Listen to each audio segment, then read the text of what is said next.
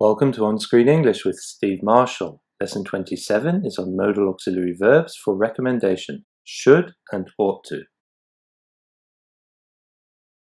Here are two sentences that show how to use should and ought to. You should eat more fruit and vegetables. You ought to eat more fruit and vegetables. And the concept. Is there any difference in meaning between the two sentences? The answer is no, the meaning's the same. Ought to is used more in British English. Is the sense of obligation stronger than must? The answer is no, it's weaker as it's only a recommendation, not a strong obligation. Here are the forms for should and ought to in the present, past and future. Let's begin with the affirmative and negative sentences for should in the present. You should eat less junk food. You shouldn't eat so much junk food. And ought to. The first thing to mention about ought to is it's more common in British English. It's also important to note that the negative forms are less common today for ought to. Most people use should for negatives. Here are the negative forms in the present for ought to. You ought to eat less junk food. In the negative forms for ought to can be omitted. So the negative form in the present would be you ought not or you oughtn't eat so much junk food. Or you could include to. You ought not or you oughtn't to eat so much junk food. I personally always use shouldn't instead as it's easier.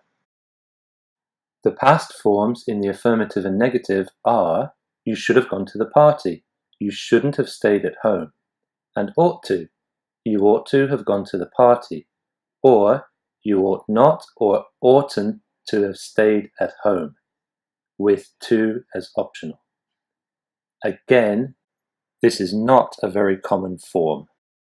And the future, in the affirmative, you should attend all your classes next term, negative, you shouldn't skip classes next term, and ought to, affirmative, you ought to attend all your classes next term, and the negative, you ought not or you oughtn't to skip classes next term, with to optional. For the practice task, fill in the gaps in the sentences below with a form of should or ought to, and make sure to use the correct form, past, present or future, affirmative or negative. If it's negative, use should instead of ought to, as should is more common. Here are the answers. Number 1. You really should or ought to get a haircut. 2. You should have or ought to have told me sooner that you couldn't understand the class. 3. I really think you shouldn't work so much. You need a holiday.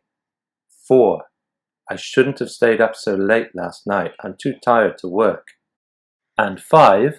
Should I go to the doctor's tomorrow to get a checkup? Notice here for the question form, should comes before the subject I.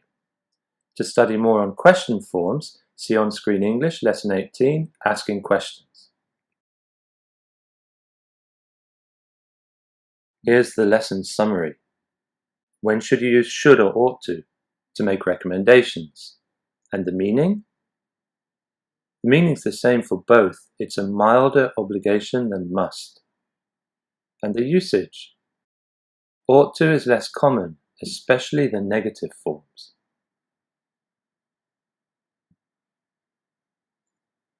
Thank you, that's all for now. If you'd like to see the related video, OnScreen English Lesson 18, Asking Questions, please click on the link.